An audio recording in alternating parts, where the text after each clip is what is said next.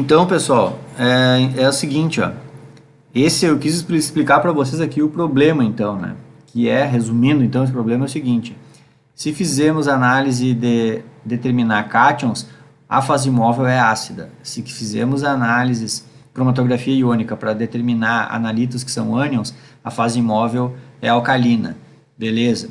Como as cromatografias de troca iônica, o detector usado é a condutividade, fases móveis ácida dá muito alta a condutividade. Fase móvel básica dá muito alta a condutividade também. Daí, o que a gente pode escapar, digamos assim, é o tentar usar assim, ó, a fase móvel o menos ácida possível. É isso que todo mundo tenta, muitas vezes é assim. Ou a mesma coisa aqui, se vai fazer análise de ânions e vai ter que fazer uma fase móvel alcalina, faz o menos alcalina possível. Menos, o mais fraquinho possível. E aí talvez tu tenha uma quantidade de ânion ou cátion numa concentração bem razoável, que até o sinal deles dê até maior do que o sinal só da fase móvel. Aí beleza, tu consegue fazer uma cromatografia iônica muito no suor aí, mas conseguiu. Mas existe uma coisa que corrige isso. O problema da alta condutividade da fase móvel na cromatografia de troca iônica, que são as supressoras, né? O que são as supressoras? Eu vou explicar, existem dois tipos de supressora. Essa parte de baixo aqui é uma com... Vou explicar mais adiante. Mas a supressora mais comum, eu até escrevi aqui, ó, supressora comum, né? Que eu até fiz um detalhe aqui, ela fica saturada, ela funciona por um tempo e a gente tem que reativar ela, regenerar, que a gente chama, sabe? A supressora comum, ela funciona assim, ó. Olhem aqui um desenho, olha, um desenho mais simples que esse aqui não tem como fazer, ó. Vamos imaginar que a gente esteja fazendo uma análise de ânions, né? Então, na análise de ânions, a fase móvel é alcalina. Então, a gente usou hidróxido de sódio, ele passou por uma coluna, lembrem que tinha suportes, que é o inverso disso aqui, né? Ela era um suporte e aqueles grupamentos amino, que eram positivos, certo? Então, lá na coluna cromatográfica, isso aqui não é a coluna cromatográfica, isso aqui é a coluna supressora, tá? Lá na coluna cromatográfica, isso aqui, a supressão ela acontece depois que a fase móvel passou pela coluna cromatográfica e os analíticos também foram separados pela coluna, né? Então, aquela fase móvel lá, numa análise de ânions, a fase móvel é alcalina, ela era hidróxido de sódio, por exemplo, né? Então, o que ficava acontecendo lá na coluna cromatográfica? Como aqueles suportezinhos tinham grupamentos positivos, aqueles grupamentos atraíam os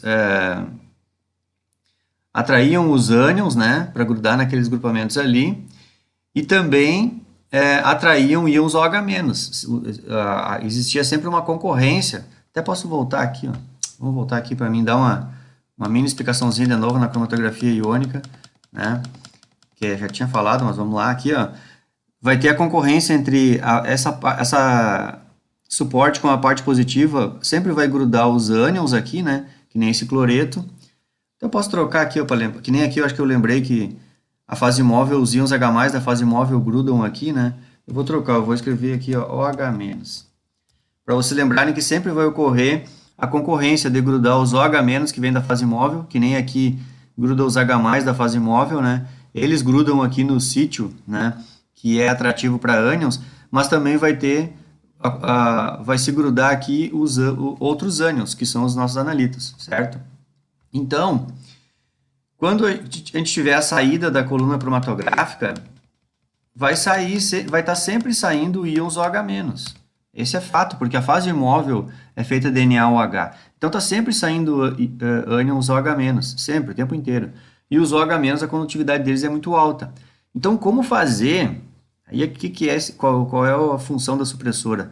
A supressora ela tem que baixar a condutividade da fase móvel. E não tem outro jeito. Para a gente baixar a condutividade do OH-, a gente vai ter que fazer ele reagir com outro íon, certo? E aí, então, o que é a supressora? É uma outra coluna. Então, pensem nisso. As supressoras comuns, elas são uma outra coluna. Só que, visualmente, eu vou mostrar para vocês um vídeo aqui, né? De um tipo delas, né, de um tipo de supressora comum, não chega a parecer uma coluna, é uma engenhoca a mais lá no cromatógrafo. Mas na real a gente pode imaginar que é como se fosse uma outra coluna. E dentro dessa outra coluna a gente vai ter um suporte com grupamentos trocadores de cátions. Né? Só que esses grupamentos, eles estão carregados, o cátion que estão, todos eles está carregado é o cátion H+. Percebam que a gente tá colocando agora, depois da coluna que separou os ânions, a gente está colocando, parece uma coluna de cátion, né? Vocês vocês conseguem enxergar a semelhança aqui? Parece que eu estou usando... Onde é que eu estava aqui? Parece que eu estou usando uma coluna de cátion aqui, ó. Aqui, ó. Me perdi aqui, onde é que eu estava aqui? É aqui. Aqui, ó, parece que eu estou usando uma...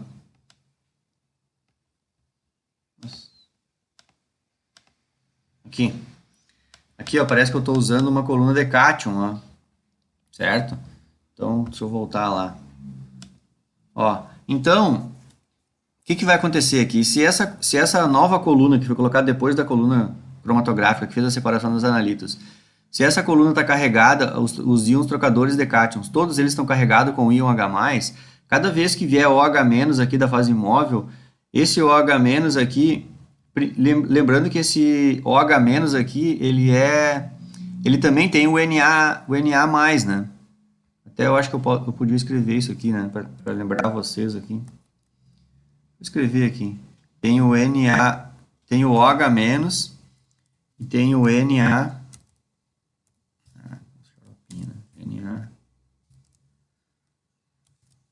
Ai, meu Jesusinho, vamos lá. Deixa eu pegar só essa parte aqui, isso aqui. Aqui. Tirar esse sobrescrito aqui. Tem o Na+, tá? Deixa eu trocar de cor aqui para deixar bem marcado aqui, ó. Vou botar um roxo aqui, tá? Esse Na+ aqui, ó.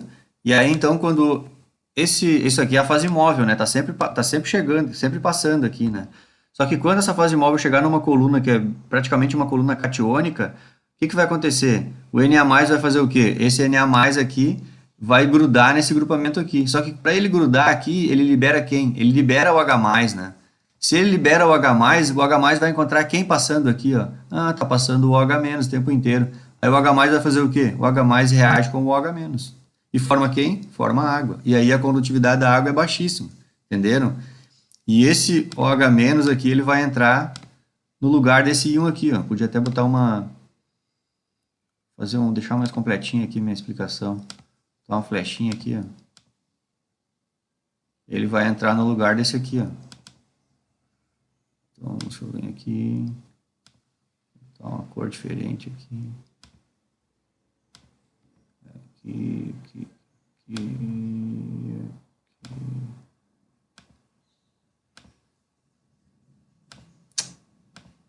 Exagerei, né? Ali. Vou tirar isso tudo verde aqui também, peraí. Aqui. Então esse Na+ vai entrar no lugar do H+, libera o íon H+ para reagir com o OH- e formar água, certo? É isso. Percebam então que o que foi a coluna supressora, né? É uma coluna A+, colocada depois da coluna cromatográfica, que separava ânions, né?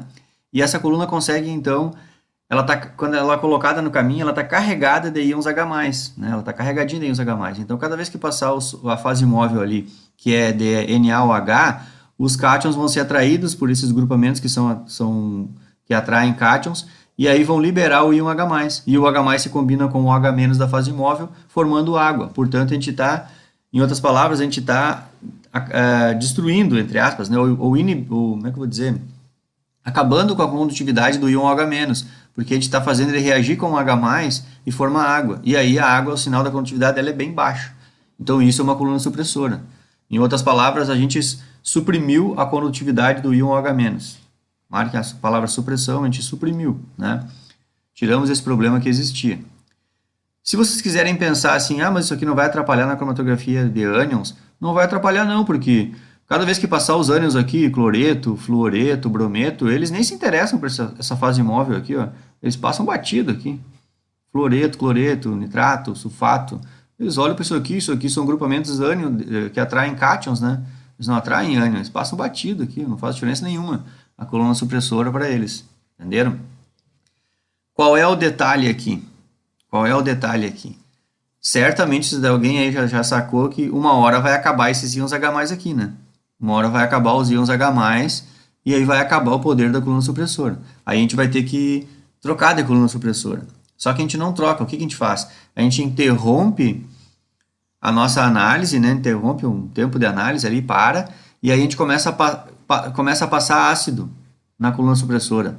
Se tu deixar, tu fica lavando, né? Tu para de usar, desliga ali o sistema lá de fazer a separação cromatográfica, e aí tu começa a passar a solução ácida aqui, ó. Se tu ficar, porque quando a coluna supressora perdeu o seu poder de supressão, é porque ela já perdeu todos os íons H+, que estavam grudados nesses grupamentos aqui. Agora, nesses lugares aqui, tá tudo cheio de sódio. Tá todinho impregnada com sódio, né? Porque o fase móvel é hidróxido de sódio. E aí, o que tu tem que fazer? Você tem que ficar lavando a coluna por um tempozinho razoável ali, com solução ácida, porque aí, lavando com solução ácida, tu vai remover todos os sódios e recarregar os grupamentos com um íon H+, de novo. E daí tá pronta para uso, tá pronta para usar novamente, entenderam? Essa supressora aqui, eu até me espantei, né? Eu achei um videozinho de uma supressora desse tipo, que é uma supressora comum. E depois eu vou explicar para vocês um outro tipo de supressora, que é bem mais elaborada, digamos assim, né? Tecnologicamente mais elaborada. E não achei um videozinho, uma pena. Catei e não achei.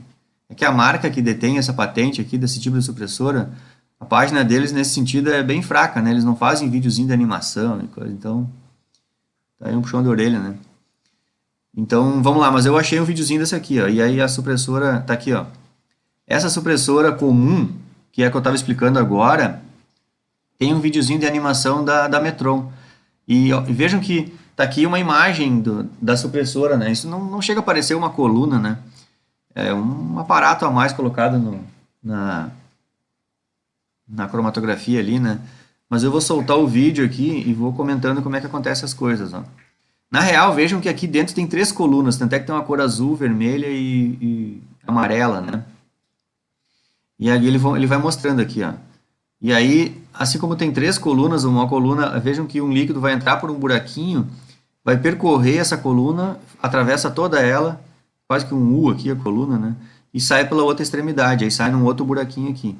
Vejam então que por fora aqui a gente enxerga que são 3 colunas, e tem a entrada e a saída da coluna amarela, tem a entrada e a saída da coluna azul, e tem a entrada e a saída da coluna vermelha, entenderam? Por isso que tem 6 buraquinhos aqui. Isso aqui tudo, tem que imaginar que o líquido entra pela frente aqui, vai lá, percorre lá dentro e sai pela frente também, né? É isso, não entra líquido aqui e sai pelo fundo lá, né? Então, vou dar o play aqui. Então aqui tem a posição, aqui, aonde está a supressora de fato, ela está na coluna 1, tá? A supressora, ela está na coluna 1, certo? Então, a saída da coluna, que é aquele meu desenho, eu posso até voltar no meu desenho, isso aqui é a saída da coluna, né? Ó, a saída da coluna, ela... Deixa eu... Já que eu estou dando uma completadinha no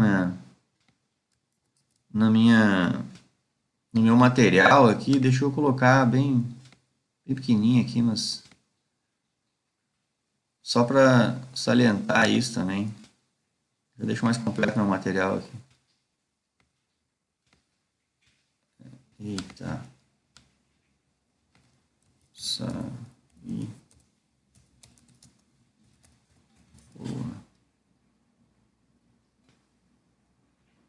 Saída da coluna. E aqui vai para o detector, né? Então aqui...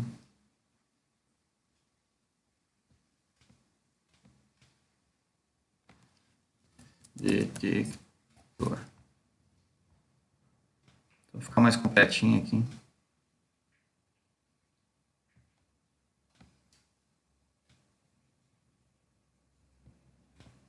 Feito, detector. Então vejam que aqui na saída da coluna chega naquela supressora e depois vai para o detector, certo? Então, deixa eu estar estourando meu tempo aqui, parem.